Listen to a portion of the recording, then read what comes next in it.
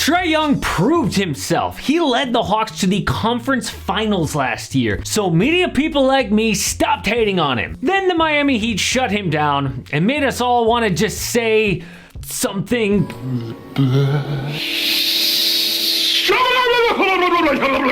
But I can't. Look, this is not all Trae's fault. He is an elite all-NBA level offensive player. Trae put up the most total points and assists this season. That is rare. We have known he is bad on defense forever. This is on the front office for not fixing it. But now we know something else. The Hawks need another ball handler. It was too easy for Miami to just shut Trae down. Steph Curry is the Dubs point guard, but he can afford to operate off the ball because guys like Draymond can play make. Atlanta has a ton of work to do this offseason. Trades, free agency, maybe a new head coach. But let's start with the offseason basics. Not only do they have no cap space, there is a serious luxury tax issue that the ownership will have to deal with. Exceptions, either the $10.3 million or the $6.4 mid-level exception, depending on that tax. Needs, they have to get healthy, need better defense, and yes, a guard. Draft, the 16th overall pick. Relevant free agents, DeLon Wright and Danilo Gallinari.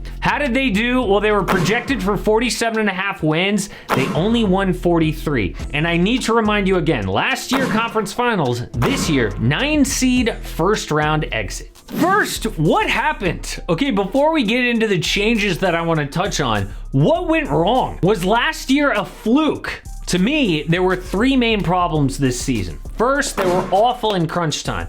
We saw that against Miami, where they couldn't even execute on that final play. Second, key players dealt with injuries. And third, their defense was bottom 5 again. But even worse, with Trae Young off the floor, they were a top 5 defense. So, how do they solve this? Well, first up is trades. And there are only 3 players, I think, that have serious trade value outside of Trae Young. Clint Capella, John Collins, and DeAndre Hunter. The obvious choice is to trade John Collins. He's been unhappy for years, and he's just 24 years old. What about the Pistons getting him, and the Hawks getting Jeremy Grant, Corey Joseph, and a 2024 second? The trade works straight up for just Grant and Collins, but I think Atlanta wants more. So they get Corey Joseph, who's a secondary ball handler, and a pretty good second round pick. The Hawks do this because Grant is a two-way wing who can create his own shot. He's an upgrade defensively, so he checks a ton of boxes. Detroit does this because Collins is 4 years younger, and he'll run with Cade Cunningham for years. What about the Jazz get John Collins, Clint Capella, and the 2022 first for Rudy Gobert? Seriously, who says no to this? And you might say Utah, because Rudy is a 3-time Defensive Player of the Year, but they get 2 young, talented players. Collins finally gives Utah offensive front court talent. They replace Gobert with Capella, who also doesn't stretch the floor, but is amazing setting screens, which Donovan Mitchell needs. And Hawks fans, I know you hate this because you think that Gobert is bad defensively. That is actually insane. He is actually probably the only one player that can raise an entire team's defense in the NBA. I know that is a big swing and a big change for the Hawks, but they need a second All-Star. But an even bigger swing would be the Wizards getting John Collins, DeAndre Hunter, and a 2022 first, plus the 2024 and 26 first for Bradley Beal. The ultimate backcourt trade. Teams like the Heat wouldn't be able to scheme Trae out of a game with Beal on the court. And look, I know the Hawks offense is already good, but if it fizzles out in the playoffs, what is the point? And Beal is not good enough defensively, but it's better than a weaker secondary guard like Malcolm Brogdon or Jalen Brunson. Bradley Beal obviously would need to commit to Atlanta long term, but this is the type of top-tier talent that they need to bring in. The next offseason priority is Danilo Gallinari and DeAndre Hunter. Both have contract issues. Gallo is only guaranteed $5 million next year.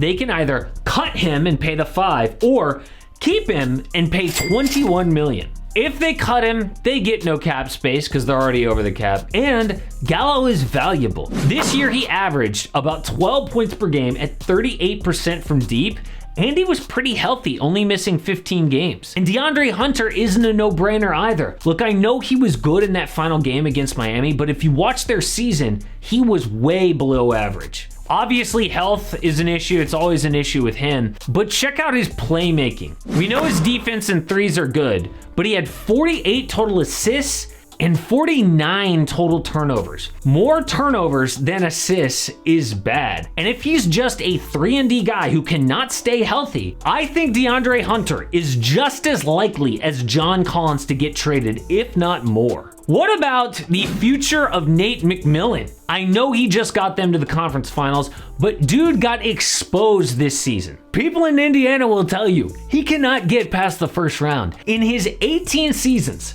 he has gotten out of the first round 2 times. Once last year and once in 2005 with the Sonics. Look, I know this was an 8 seed against a 1 seed, but the way Atlanta barely put up a fight was disturbing. Then earlier in the season, why was he playing Cam Reddish so much before that trade? Reports said the front office wasn't making him do that. He was just giving Cam minutes, even though it was bad on and off the court. And why did he take DeLon Wright out of the rotation?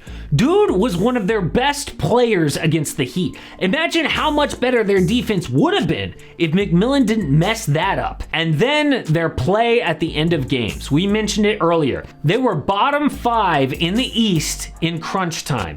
A lot of that is bad coaching. Now, if they do replace Nate McMillan, which is kind of a long shot because they just signed him, the candidates would be Quinn Snyder, Frank Vogel, especially for defense, Steve Clifford, who I know is not exciting, but he did turn the Hornets from an awful D to top 5, and a bunch of assistant coaches that no one's ever heard of, but could be great. We get those every year, like Ime Udoka for the Celtics this season, or Willie Green for the Pelicans. Next is free agency, which is always exciting, but depending on their luxury tax situation, the Hawks might afford a decent free agent. I think they should target a veteran wing. I mean, like the Timberwolves or the Pelicans or the Suns, I feel like the Hawks are like a young, talented locker room that could use vet leadership, better than Rajon Rondo.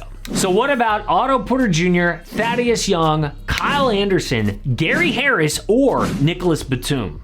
Next, the NBA draft. Atlanta has the 16th overall pick, and with that, they should take Tari Eason, a forward/center from LSU. His NBA comp is Jeremy Grant. Good defender, hits 37% from 3, highlight dunks. But should they even make this pick? I mean, if the Hawks think they need to compete now, then go out and get actual Jeremy Grant, not a dude who might be that good in like 6 years. But I do understand drafting the pick because most of their core is under 25 years old. It all depends on how much pressure they're feeling from ownership and from Trae Young himself. Every time a team gets eliminated, we will drop their offseason video within a day or two. So we just did the Brooklyn Nets, and now we're doing the Hawks. Maybe the Raptors are next, or maybe, unfortunately for Doc Rivers and James Harden, we might be doing the Sixers, but they will all be in the off-season playlist. Check them out right here.